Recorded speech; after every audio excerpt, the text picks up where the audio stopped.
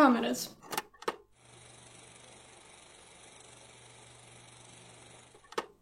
Mida määravad pildi tegemisel kaamera kere ja objektiiv? Mida muudavad sätted, sarjajääg, ava ja ISO? Kuidas valida valgust ning mis on kompositsiooni põhitõed? Kõikide peatükkide algusajad leiad videokirjeldusest. Näiteks võtame selle kaamera. See on kaamera kere ja see on objektiiv. Kaamera kere tähtsus on peamiselt kasutada mugavuses ja erinevate funktsioonide olemasolus. Objektiiv aga määrab suurem osa pildi kvaliteedist, sest mõni objektiiv on teravam kui teine. Objektiivi peal on 2 peamist näitajat, fookuskaugus ja maksimaalne ava. Fookuskaugus on märgitud millimeetrites ning lihtsamalt öeldes määrab see suurenduse. Mida kõrgem number, seda suurem suurendus. Võrdluseks võib võtta telefonikaamera ühekordse suurenduse, mille fookuskaugus on tavaliselt umbes 24 millimeetrit. Vähem kui 24 millimeetriseid objektiive nimetatakse lainurkobjektiivideks ja suuremaid kui 85 millimeetrit teleobjektiivideks. Lisaks tuleb arvesse võtta ka sensori suurust. Tavaliselt räägitakse objektiivi millimeetritest, arvestades, et need on täiskaader sensoriga kaameral. Väga populaarsed on ka väiksema sensoriga kaamerad, näiteks APS-C ja mikro 4/3 süsteemid. APS-C puhul peab korrutama millimeetrid 1,5-ga, mikro 4/3 puhul aga 2-ga, et saada täiskaader sensoriga võrreldav suurendus. Objektiive tuleb valida vastavalt sellele, millest sa soovid pilti teha. Näiteks kasutatakse sisekujunduse pildistamiseks lainurkobjektiive. Portreesid tehakse objektiividega vahemikus 50–135 millimeetrit ja metsloomade pildistamiseks kasutatakse üle 300 millimeetriseid objektiive. Ava tähendab sõna otseses mõttes objektiivi ava suurust. Mida väiksem number, seda suurem ava. See määrab valguskoguse, mis jõuab läbi objektiivi sensorini. Peale selle sõltub avast ka teravusulatus. Teravusulatusest oleneb, kui suur osa eri kaugusel olevatest objektidest on pildil fookuses. Sellest võib ka lihtsamalt mõelda kui tausta hägususest. Näiteks võime võrrelda neid pilte. Esimene pilt on tehtud suure avaga. Sealt on näha, kuidas esi- ja tagaplaanil asuvad esemed on udused. Selline stiil sobib väga hästi portreefotode jaoks, kus taust ei oma nii suurt tähtsust. Mida väiksemaks muutub ava, seda suurem osa pildist on korraga fookuses.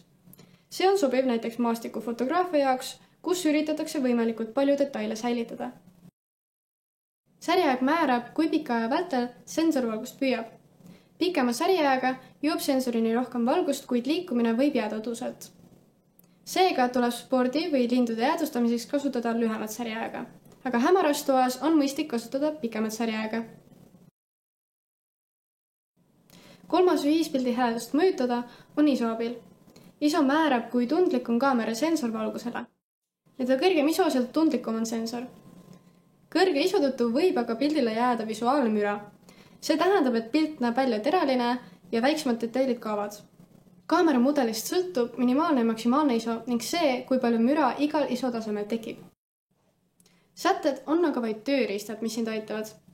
Hea pildi tegemiseks peab valima sobiva valgusega asukoha ja õige pildistamise nurga. Üldiselt on kasulik vältida järsku valgust, eriti inimesi pildistades. Piltide tegemisel võib aluseks võtta kompositsioonireeglid, millest lihtsamad on näiteks kolmandike ja diagonaalide reeglid. Need aitavad määrata pildi huvipunktid ja pilku suunavad jooned, milleks võivad olla näiteks maastikud, inimesed ja ehitised ja nii edasi. Kolmandike reegli kohaselt tuleb pildile paigutada mõtteliselt 3x3 luudustik. Huvipunkti tuleks sättida nende joontele või ristumiskohtadele. Diagonaalide reegel lihtsalt eeldab, et pildil on huvitavad diagonaalid, mis võivad juhtida vaataja tähelepanu mingitele kindlatele huvipunktidele. Kompositsiooni juures mainin, et on oluline teada reegleid, et neid rikkuda, sest fotograafia on kunst. Ilu saab luua, tuues pildile huvitavaid kujundeid, jooni ja perspektiive. Näiteks muutub pildi olemus, kui ronid pildi tegemiseks toolile või kükitad maha.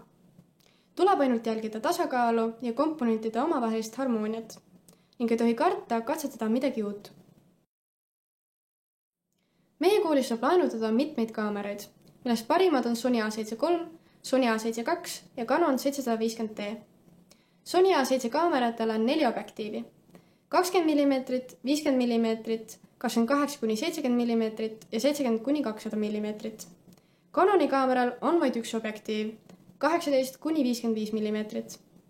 Jällegi peab mainima, et tulenevalt selle kaamera väiksemast sensorist on see objektiiv võrreldav Sony 28–70 millimeetrise objektiiviga. Laenutamiseks võiks tehniku varem välja valida ning see broneerida, võttes ühendust IT-toega. Seadme kättesaamisel pead kontrollima kaamera korrasolekut ja kõikide osade olemasolu. Laenutades pead sa andma allkirja, sest kuni tehnika tagastamiseni oled sina vastutaja. Kui soovivaid on palju, saab laenutatud varustust hoida enda kasutuses kuni järgmise koolipäeva hommikuni. Ehk kui laenutud kaamera teisipäeval, pead sa selle tagastama kolmapäeva hommikul. Vajadusel võib kokku leppida pikema laenutusaja või laenutada nädalavahetuseks. Tehnika tuleb kindlasti tagastada õigel ajal ja tervena ning sellega jäädvustatud materjal tuleb alla laadida, sest mälukaardidel olev info kustutatakse. Nüüd saad ka sina hakata fotograafiks.